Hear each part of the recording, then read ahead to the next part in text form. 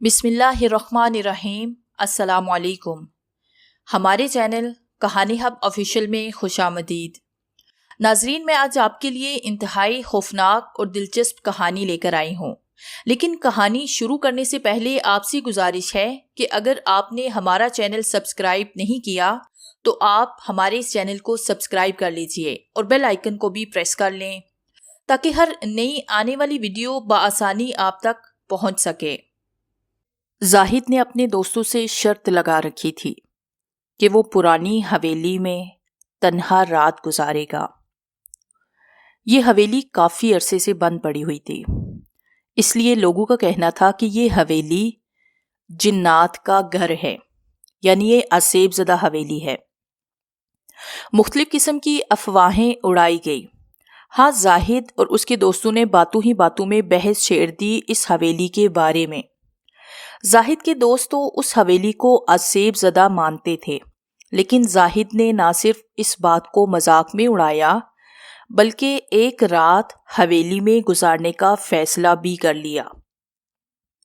زاہد کے دوستوں نے شرط لگائی کہ زاہد اگر حویلی میں پوری رات نہ گزار سکا تو 10,000 دوستوں کے دے گا اور وہ دوست آپس میں تقسیم کر لیں گے، اور اگر وہ پوری رات اندر رہا تو صبح ہم سب دوست زاہد کو 2,000 کر کے 10,000 دیں گے۔ تو طے یہ پایا تھا کہ حویلی میں اس نے ہفتے کی رات گزارنی ہے۔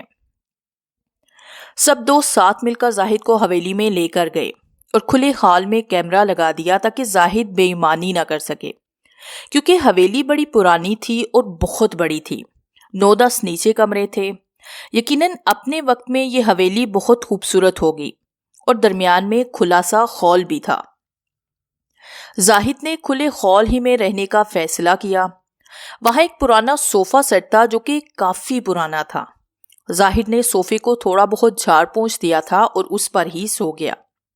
حویلی میں لائٹ کا بندوبست نہیں تھا، اس لیے زاہد نے موم بتی جلا دی اور پھر سو گیا۔ لیکن رات کے اس پہر جب گھڑی تقریباً 1 بجا رہی تھی تب زاہد کی آنکھ کھل گئی۔ ابھی زاہد کو کچھ دیر ہی ہوئی تھی سوئے ہوئے، پھر سے زاہد اٹھ بیٹھا۔ اس بار زاہد کو کچھ آوازیں آنے لگی۔ یہ آوازیں کسی کے چلنے کی تھی، جیسے کوئی چلتا ہوا زاہد کے قریب آ رہا ہو۔ موم بتیاں تو بجھ گئی تھی، اس لیے زاہد نے اپنا فون نکالا اور فلیش لائٹ آن کر لی، لیکن زاہد کو کوئی آتا ہوا دکھائی نہیں دے رہا تھا۔ زاہد کی پریشانی پر پریشانی بڑھتی جا رہی تھی۔ اس کی پیشانی پر پسینہ آنے لگا۔ اسے حیرت ہو رہی تھی کہ نظر کوئی نہیں آ رہا لیکن آواز باقاعدہ آ رہی ہے۔ یہ کیا معمہ ہے؟ دیکھیے جی، آپ جو کوئی بھی ہیں سامنے آئیں، زاہد نے گھبراتے ہوئے کہا۔ یہ کہتے ہی زاہد صوفے پر سے اٹھ گیا۔ اس کے صوفے سے اٹھنے کی دیر تھی کہ صوفہ ہوا میں اوپر کو اٹھ گیا، اور یہ دیکھ کر تو وہ مارے حیرت سے خوفزدہ ہو گیا۔ اسے اپنی قوت بینائی پر یقین نہیں آ رہا تھا۔ صوفہ پھر ہوا میں اچھلتا ہوا دیوار سے ٹکرا گیا اور فرش پر الٹا گر گیا۔ زاہد تو ہونکوں کی طرح دیکھتا رہا۔ پھر دیوار پر لگی واچ جس کے گرد مٹی کی تہ جمی ہوئی تھی اور مکڑی کے جالے بھی بنے ہوئے تھے، وہ یکدم نیچے فرش پر گر کر چکنا چور ہو گئی۔ گھڑی کے گرنے سے پیدا ہونے والی آواز سے زاہد نے چیخ ماری اور کانوں پر اپنے دونوں ہاتھ رکھ لیے۔ یہ سب کیا ہو رہا ہے؟ بند کرو یہ سب، بند کرو یہ سب، زاہد نے تقریباً چلاتے ہوئے کہا تو ایک تیز ہوا کا جھونکا آیا۔ ہوا اتنی تیز تھی کہ طوفان کا گمان تھا۔ پھر تو اتنی دھول مٹی اڑنے لگی کہ زاہد کو مجبوراً اپنی آنکھیں بند کرنا پڑی۔ پھر کچھ ہی دیر لگی تھی کہ اس طوفان کو تھمنے میں۔ پھر زاہد نے جلدی سے آنکھیں کھول دی اور اس حویلی سے باہر نکلنے کا سوچنے لگا۔ لیکن یہ کیا؟ یہ تو منظر ہی تبدیل ہو گیا تھا۔ جہاں تک اسے یاد تھا کہ وہ حویلی میں گیا تھا جو کہ کافی پر اسرار تھی۔ حویلی اس کے گھر سے تھوڑے سے فاصلے پر ہی تھی اور ایسا منظر تو اس کے گھر سے دور دور تک نہیں تھا۔ اب تو زاہد اپنا سر پکڑ کر بیٹھ گیا۔ یار مالک، ہمیں تو گمان تھا کہ زاہد پوری رات حویلی میں نہیں گزار سکتا، لیکن اس نے تو شرط پوری کر دی، اس لیے میں تو 2,000 لایا ہوں۔ 5 بجے ہیں، اب آنے ہی لگا ہوگا۔ تھوڑی دیر میں زاہد حویلی سے باہر آنے ہی والا ہے۔ کمال نے اپنے دوست مالک سے کہا تو مالک نے بھی خوشی سے کہا، کمال یہ تو اچھی بات ہے کہ پرانی حویلی کے بارے میں جو افواہیں اڑتی تھی وہ تو غلط ثابت ہوئی ہیں۔ مالک نے بات پر حامد نے بھی سر کو ہاں ہلایا تو عمر نے بھی کہا، ہاں مالک یہ تو ٹھیک ہے، لیکن زاہد ابھی تک آیا کیوں نہیں؟ چلو زاہد کو فون ملاتا ہوں کہ اب باہر آ جاؤ۔ عمر نے یہ کہتے ہی زاہد کو فون ملایا۔ لو نواب صاحب فون نہیں اٹھا رہے، عمر بولا۔ اچھا یہ کرتے ہیں کہ ہم سب حویلی کے اندر چلتے ہیں، ایسا تو نہیں کہ وہ گہری نیند میں ہو۔ جب سارے دوست اندر گئے تو اندر کوئی بھی نہیں تھا، زاہد بھی نہیں تھا، تو وہ سب مسکرانے لگے کہ شاید رات کو ڈر کر باغ نکلا ہوگا، اس لیے وہ کیمرہ اتار کر حویلی سے باہر نکل گئے۔ حیرت اس بات کی تھی کہ وہاں سب کچھ ٹھیک تھا، ہر چیز ویسی کی ویسی تھی جیسے زاہد کو وہاں چھوڑ کر جاتے ہوئے دیکھا تھا۔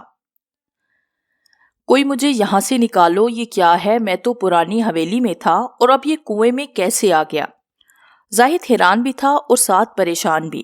اسے تو یقین بھی نہیں آ رہا تھا کہ وہ جاگ رہا ہے، اسے لگ رہا تھا کہ وہ کوئی بھیانک خواب دیکھ رہا ہے اور پھر ابھی جاگ جائے گا، لیکن یہ خواب تو ٹوٹ بھی نہیں رہا۔ وہ کافی گہرا کنواں تھا، زاہد کے ہاتھ میں ابھی اسمارٹ فون تھا، اس نے فلیش لائٹ آن کی تو وہ کافی گہرا کنواں تھا، اس کے اندر کائی جمی ہوئی تھی اور کنویں میں پانی نہیں تھا۔ یہی وجہ تھی کہ وہ بچ گیا تھا۔ اس کا گلا خشک ہو گیا تھا، مدد کے لیے پکارتے پکارتے اسے پیاس کا شدت سے احساس ہو رہا تھا۔ زاہد کا برا حال ہوا جا رہا تھا، وہ موبائل سے اپنے والدین کی تصویریں دیکھنے لگا۔ اپنی بہنیں، دادا دادی کی تصویروں کو دیکھتے ہوئے اس کی آنکھوں میں آنسو آ گئے۔ زندگی کتنی اچھی گزر رہی تھی نا، لیکن اس ایک شرط نے سب کچھ بگاڑ دیا تھا۔ اور تو اور کسی کو فون تک نہیں ملا سکتا کہ کسی کو مدد کے لیے بلا لوں، کیونکہ سگنل نہیں آ رہے تھے۔ کچھ دیر کے بعد زاہد کو کچھ آوازیں سی آنے لگی۔ یہ کیسی آوازیں ہیں؟ لیکن کچھ واضح سنائی نہیں دے رہا تھا۔ اس نے بڑبڑاتے ہوئے کہا، لیکن یہ نہیں پتہ لگ رہا تھا کہ یہ آوازیں آخر آ کہاں سے رہی ہیں۔ کچھ دیر کی خاموشی کے بعد پھر سے وہی آوازیں آنے لگی، لیکن اب پہلے سے کچھ واضح سنائی دے رہی تھی۔ یقیناً یہ آوازیں کسی کے کڑاہنے کی تھی۔ زاہد نے لائٹ کو کنویں کے ارد گرد گھما کر دیکھا تو اسے وہاں ایک دروازہ نظر آیا۔ پہلی نظر میں اس نے نظر انداز کیا، لیکن دوسری نظر میں ذرا غور سے دیکھا تو معلوم ہوا کہ یہ ایک دروازہ ہے۔ اسے یقین تو نہیں آیا، پر وہاں پر ہاتھ رکھا تو لگا کہ یہ ایک لوہے کا دروازہ ہے۔ زاہد نے ہاتھ سے دھکیلا لیکن وہ نہیں کھلا۔ وہ دروازہ کافی زنگ آلود تھا، اس دروازے پر کوئی کنڈی یا لاک وغیرہ نہیں تھا۔ اس نے زور سے ٹانگ ماری تو وہ دروازہ زوردار آواز سے کھل گیا۔ پھر زاہد نے اندر لائٹ گھمائی، وہاں ایک غار تھا اور اسے دور دور تک کوئی دکھائی نہیں دے رہا تھا۔ پھر اس نے آواز لگائی، کوئی ہے یہاں پر؟ میں پوچھ رہا ہوں، کوئی اندر ہے؟ مگر کوئی جواب نہیں ملا۔ وہ جھک کر اندر چلا گیا۔ غار کے اندر کافی اندھیرا تھا۔ اس نے سن رکھا تھا کہ غاروں میں سانپ، بچھو وغیرہ پائے جاتے ہیں۔ غار میں اتنی جگہ تھی کہ ایک بندہ آرام سے چل سکے، لیکن اسے ابھی بھی حیرانی تھی کہ کراہنے کی آواز آخر کس کی تھی۔ وہ ابھی کچھ قدم چلا تھا کہ اسے کسی کے قدموں کی آواز آنے لگی تو اس کا دل زور زور سے دھڑکنے لگا۔ اس نے جلدی سے واپس مڑ کر دیکھا تو پھر سے منظر تبدیل تھا۔ زاہد حیران تھا کہ وہ تو چند لمحے پہلے ایک غار میں تھا اور اب یہ ایک خوبصورت باغ میں ہے، جہاں ہرے بڑے باغات تھے اور رنگ برنگے پھولوں سے سجا یہ ایک خوبصورت باغ تھا۔ اب تو وہ قدم بھی پھونک پھونک کر رکھ رہا تھا۔ زاہد، زاہد! یہ آواز زاہد کی سماعت سے ٹکرائی تھی۔ کوئی اسے نام لے کر پکار رہا تھا۔ آواز یہیں قریب سے آ رہی تھی، جو کہ خوبصورت نسوانی آواز تھی۔ اس نے یکدم پیچھے مڑ کر دیکھا تو وہاں ایک خوبصورت دوشیزہ کھڑی تھی۔ اس کے سنہری بال تھے۔ وہ حیران تھا کہ اس لڑکی کو زاہد کا نام کیسے پتا تھا۔ میں آپ سے مخاطب ہوں زاہد، اس لڑکی نے کہا تو زاہد خیالوں کی دنیا سے باہر آیا۔ جی فرمائیے، کیا کہنا ہے آپ نے؟ اس نے کہا تو وہ لڑکی منہ بنانے لگی۔ بہت مؤدبانہ طریقے سے گزارش کی جا رہی ہے، دیکھیے میں نہیں جانتا کہ آپ کیا کہنا چاہ رہی ہیں، اس لیے مطلب کی بات کریں۔ پہلے ہی میں کافی پریشان ہوں۔ ایک تو پتہ نہیں ہو کیا رہا ہے میرے ساتھ، پہلے پرانی حویلی، پھر گہرا کنواں، اور اس میں دروازہ، اور پھر غار، اور اب یہ باغ، پتہ نہیں ہو کیا رہا ہے۔ شرط لگا کر تو میں برباد ہو گیا ہوں، اس لیے پلیز مجھے مزید پریشان نہ کریں، زاہد نے غصے سے گھور کر کہا۔ تو لڑکی کافی حیران ہو گئی۔ چلو میرے ساتھ، تمہیں بخار ہو رہا ہے، بھائی سے دوا لے لینا، چلو میرے ساتھ۔ یہ کہتے ہی وہ لڑکی زاہد کا ہاتھ پکڑ کر آگے بڑھنے لگی۔ زاہد کا سر چکرانے لگا، لیکن بنا چوں چراں لڑکی کے پیچھے چلنے لگا۔ باغ میں ایک بڑا سا محل تھا۔ لڑکی نے ابھی تک زاہد کا ہاتھ پکڑا ہوا تھا۔ زاہد اور وہ لڑکی جیسے ہی محل کے اندر گئے تو کتاروں میں لگے نوکر چاکر گردنیں جھکائے کھڑے تھے۔ زاہد ابھی بھی اپنے سابقہ لباس میں تھا۔ اندر بڑے ڈرائنگ روم میں ایک بہت ہی بڑی عمر کا ایک بوڑھا بیٹھا ہوا تھا، تقریباً 100 سے بھی زیادہ کا لگ رہا تھا۔ ہائی گرینڈ پا، میں زاہد کو باغ سے لائی ہوں، اسے بخار ہو رہا ہے، عجیب و غریب باتیں کر رہا ہے، اس لیے طارق بھائی کے کلینک لے جا رہی ہوں۔ اس لڑکی کا یہ کہنا تھا کہ اس بوڑھے نے زاہد کو عجیب نظروں سے دیکھا تو زاہد بوڑھے کی نظروں کا مفہوم سمجھ نہ پایا۔ ہاں ہاں لے چلو کلینک، یہ کہتے ہی بوڑھا ہنسنے لگ گیا۔ اس کی آنکھوں میں عجیب قسم کی چمک تھی۔ چلو زاہد، میں تمہیں کلینک لے چلوں۔ اس لڑکی نے یہ کہا تو زاہد حیران تھا کہ سب کیا ہو رہا ہے، حالانکہ وہ ان سب سے انجان تھا۔ پھر یہ کیوں ہو رہا تھا؟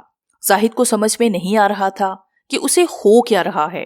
اور پھر زاہد کے قدم لڑکی کی تقلید میں اٹھنے لگے۔ وہ خود بخود اس لڑکی کے پیچھے پیچھے چلنے لگا۔ او میرے خدا، تو کیا یہ سچ ہے کہ زاہد اسی حویلی میں تھا؟ ہم کئی بار حویلی کو اندر باہر سے دیکھ چکے ہیں، لیکن حیرت ہے زاہد حویلی میں نہیں ہے۔ لیکن آپ کا علم یہ بتا رہا ہے کہ زاہد حویلی میں ہے۔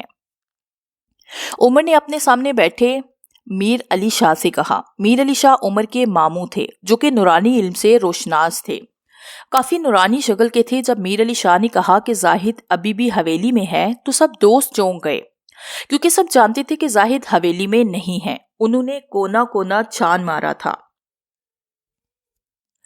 عمر بیٹا، آپ کا حیران ہونا ٹھیک ہے، لیکن آپ یہ نہیں جانتے تھے کہ وہ حویلی بہت پرانی ہے اور پھر عرصہ دراز سے بند ہے۔ یہی وجہ ہے کہ وہاں پر آسیب کا بسیرا ہے۔ زاہد نے حویلی میں رات گزارنے کا فیصلہ بہت غلط کیا تھا، اس لیے حویلی کے جنات غصے میں آ گئے ہیں۔ لیکن ابھی بھی زاہد ٹھیک ہے۔ وہ آسیب زاہد کو ذہنی اذیت دے رہے ہیں۔ یہ خدشہ ظاہر کیا جا رہا ہے کہ زاہد اس طرح پاگل بھی ہو سکتا ہے، اس لیے زاہد کو زیادہ دیر حویلی میں نہیں رہنا چاہیے۔ اور ساتھ ہی بتاتا چلوں کہ زاہد کو صرف ایک انسان ہی حویلی سے لینا جا سکتا ہے۔ فیصلہ کرو کہ تم میں سے کون جائے گا حویلی میں، لیکن یاد رکھنا ہر ایک قدم پھونک پھونک کر رکھنا ہوگا۔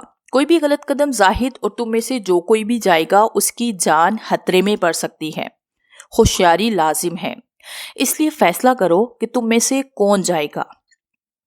میر علی شاہ جیسے ہی خاموش ہوئے تو سب دوستوں نے ایک دوسرے کو دیکھا۔ تب حامد بولا، بزرگ بے شک آپ ٹھیک کہہ رہے ہیں، لیکن کیا یہ نہیں ہو سکتا کہ ہم پانچوں اگٹھی جا کر اپنے دوست زاہد کو صحیح سلامت لے آئیں؟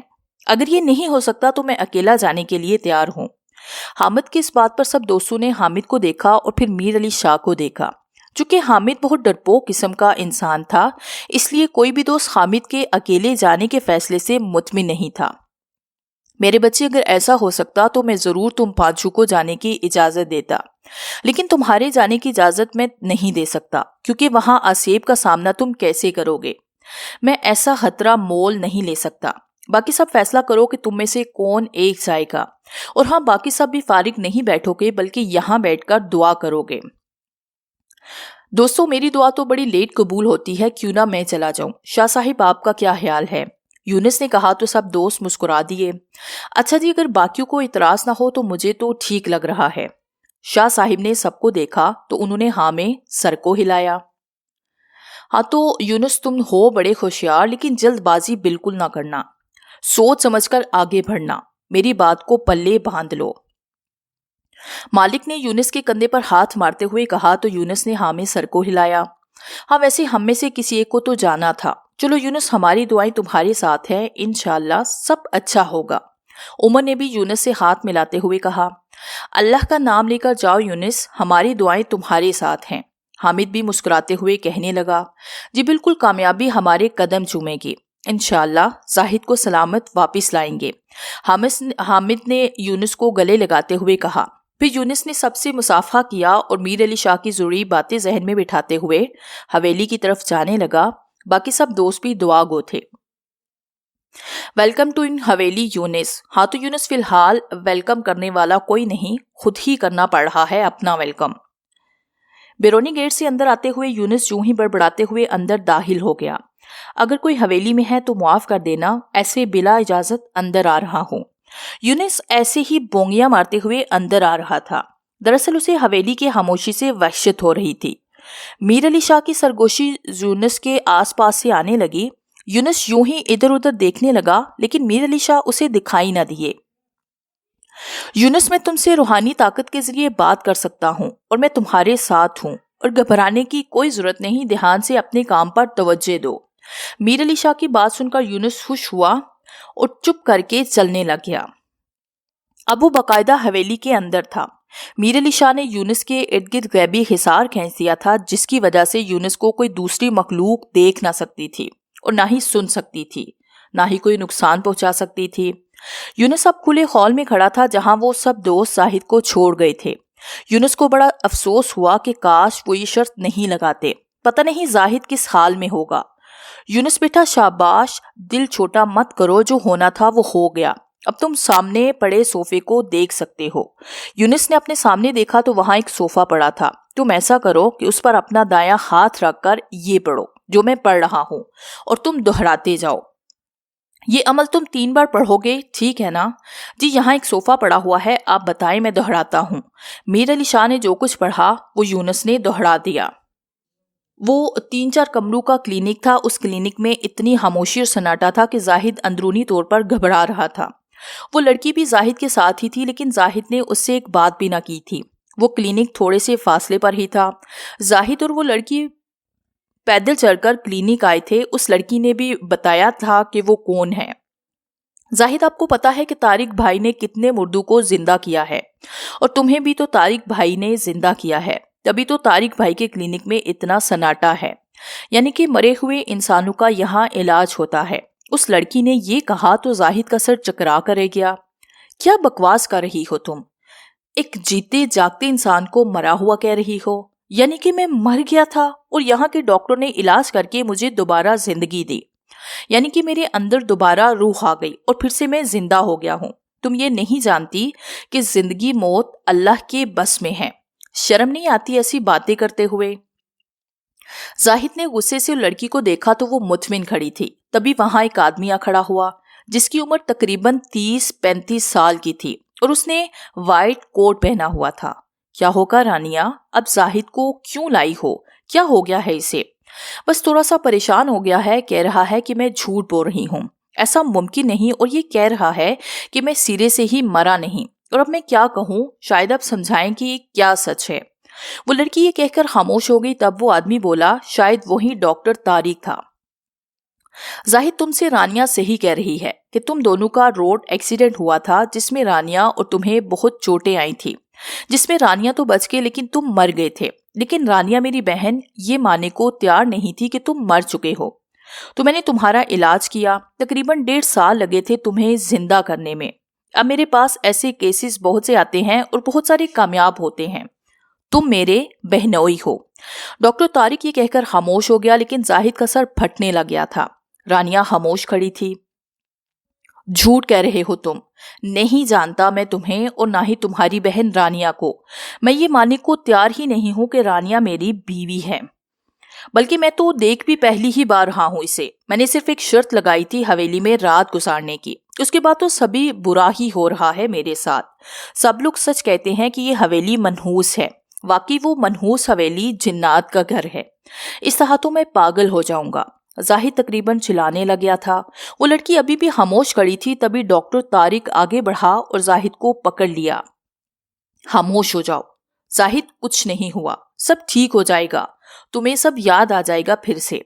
اچھے بھلے تم ٹھیک ہو گئے تھے, سب یاد آ گیا تھا پھر سے. کتنے خوش ہو گئے تھے تم دونوں, ہنسی خوشی زندگی گزارنے لگے تھے تم. لیکن ابھی بھی کچھ نہیں بگڑا, میں تمہارا دوبارہ سے آپریشن کروں گا. آصف بیٹا, دانش اور کاوش ادھر آؤ, زاہد کو آپریشن تھیٹر لے چلو. چلو آؤ, شاباش, پھر سب ٹھیک ہو جائے گا, ڈاکٹر نے کہا. اور رانیہ خاموش کھڑی تھی. زاہد تو چلانے لگ گیا تھا. وہ تینوں لڑکے زاہد کو آپریشن تھیٹر لے کر جانے لگے. دیکھو رانیہ, کچھ نہیں ہوا مجھے, میں ٹھیک کہہ رہا ہوں کہ میں نہیں جانتا تم لوگوں کو. میں زاہد ہوں, لیکن میں پرانی حویلی میں تھا جو کہ آصف زدہ حویلی ہے. میں زندہ جیتا جاگتا ایک انسان ہوں. یہ کہتے ہی زاہد نے ایک بار سب کو دیکھا تو سب چیخنے لگ گئے. رانیہ, ڈاکٹر طارق اور وہ تینوں مڑے اور باقی سب نرسز وغیرہ چیخنے چلانے لگ گئی. اور ان تینوں کو لڑکوں نے بھی زاہد کو چھوڑ دیا اور ساتھ ہی ان کی شکلیں بگڑنے لگ گئی. ان کے چہروں سے جلد ہٹنے لگ گئی اور آنکھیں باہر کو ابلنے لگ گئی. اور پھر اسی طرح وہ سب غائب ہو گئے اور زاہد خوف سے کانپنے لگا. وہ کافی خوفزدہ ہو گیا تھا اور وہ کلینک بھی کافی بھیانک شکل اختیار کر گیا تھا. وہاں اب صرف اندھیرے کا راج تھا. زاہد کو کچھ دکھائی نہیں دے رہا تھا. پھر وہاں اچانک تیز ہوا کا جھونکا آیا. پھر زاہد اپنا توازن برقرار نہ رکھ پایا اور سر کے بل نیچے گر گیا. اس کے بعد زاہد کو کچھ ہوش نہ رہا. بے ہوش ہونے سے پہلے اس نے صرف 2 الفاظ کہے, جنات کا گھر, منحوس حویلی.